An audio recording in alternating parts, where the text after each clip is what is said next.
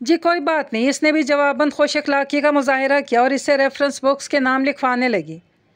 دراصل اسجد چند ماہ پہلے ہی دوسری یونیورسٹی سے مائیگریٹ ہو کر آ گیا تھا اور اسے اکثر امتحانات کی تیاری کے سلسلے میں اپنے کلاس فیلوز کی مدد کی ضرورت پڑ جاتی تھی۔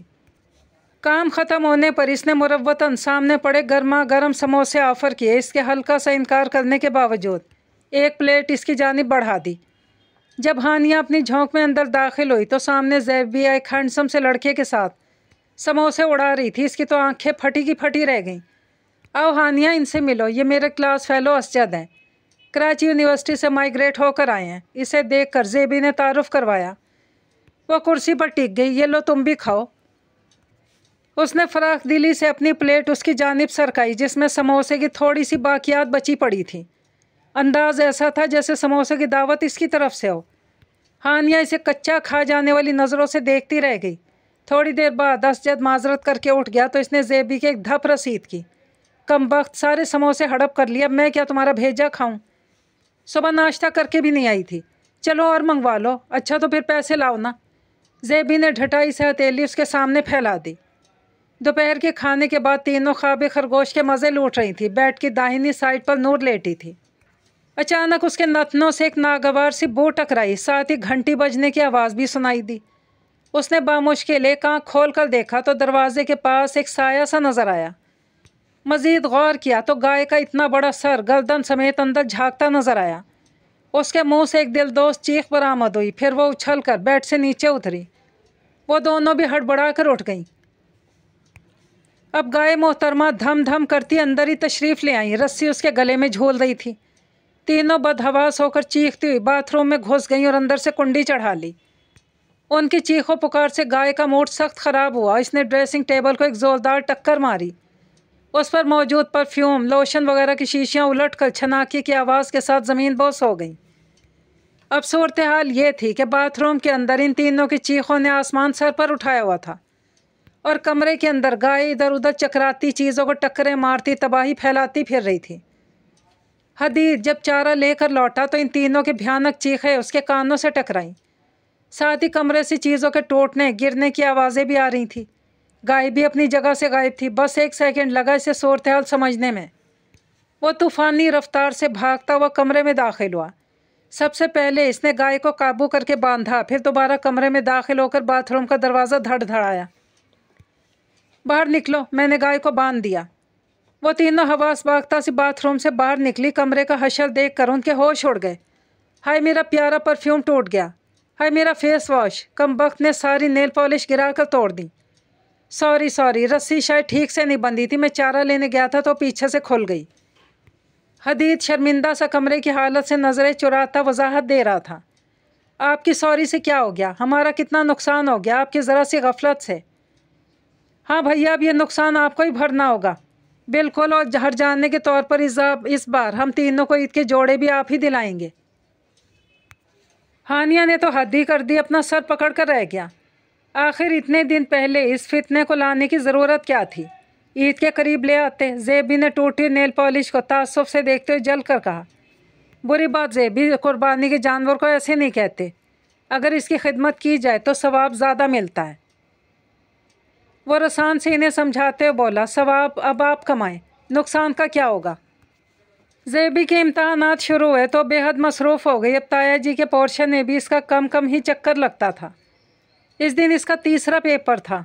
کچھ تاخیر سے پہنچی تھی۔ تمام سٹوڈنٹس اہم پوائنٹس دہرانے میں غرق تھے۔ کمرہ امتحان میں جانے سے پہلے جب اس نے اپنا بیگ کھنگالا تو رول نمبر سلپ غائب تھی۔ اس کے تو ہاتھ پاؤں ٹھنڈے پڑ گئے، کیونکہ اس کے بغیر تو اس کو امتحان میں بیٹھنے کی اجازت نہیں ملنی تھی۔ دماغ پر زور ڈالا تو یاد آئے وہ آتے درا سے سلپ نکال کر بیگ میں ڈالنا ہی بھول گئی۔ ہائے اللہ جی، اب کیا ہوگا؟ اس نے سی آر سے بات کی تو اس نے کہا وہ ایڈمن بلاک میں جا کر کلرک سے بات کرے، ہو سکتا ہے ان کے پاس کوئی اضافی کاپی موجود ہو۔ اس نے عجلت میں وہاں کا رخ کیا، وہاں جا کر اپنا مسئلہ بتایا۔ انہوں نے کہا صرف ایک ہی اوریجنل کاپی ہوتی ہے جو طلبہ کو جاری کر دی جاتی ہے، اس کی فوٹو کاپی انہوں نے خود کروانی ہوتی ہے۔ افسوس وہ اس بار بھول گئی تھی۔ پریشانی سے باہر نکلی، سامنے سے اسجد چلا آ رہا تھا۔ کیا ہوا مس زیبی؟ اس کے اڑے اڑے حواس دیکھ کر پوچھنے لگا۔ میری رول نمبر سلپ گھر رہ گئی۔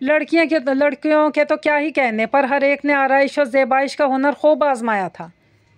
سجنے سنورنے کو حدید نے تو گھر میں 16 سنگھار کا نام دے دیا تھا، جو باقی لڑکیوں کے سامنے یہاں کچھ بھی نہیں لگ رہا تھا۔ بہرحال اس کی دوستوں کے بقول وہ اس سادگی میں بھی بے پناہ دلکش لگ رہی تھی۔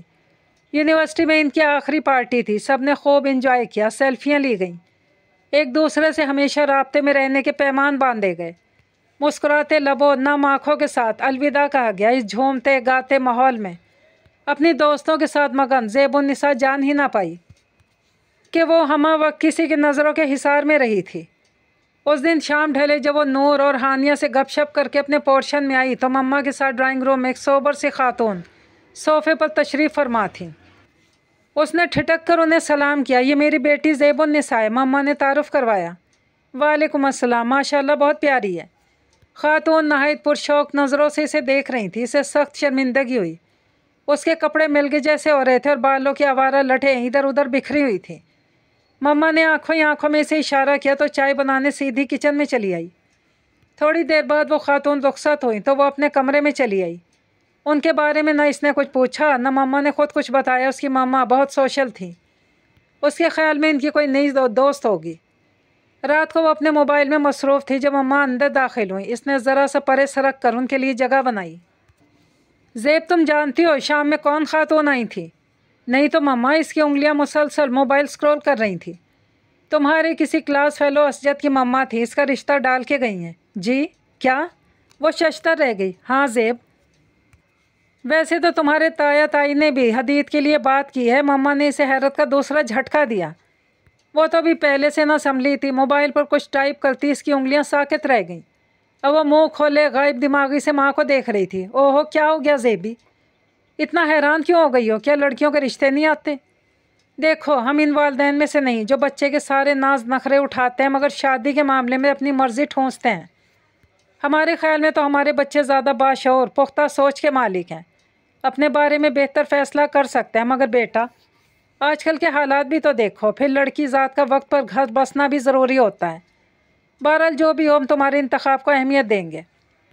مما اٹھ کر گئیں تو اس نے سب سے پہلے شدید غصے میں اسجد کا نمبر لسٹ سے ڈھونڈ ڈھانڈ کر کال ملائی۔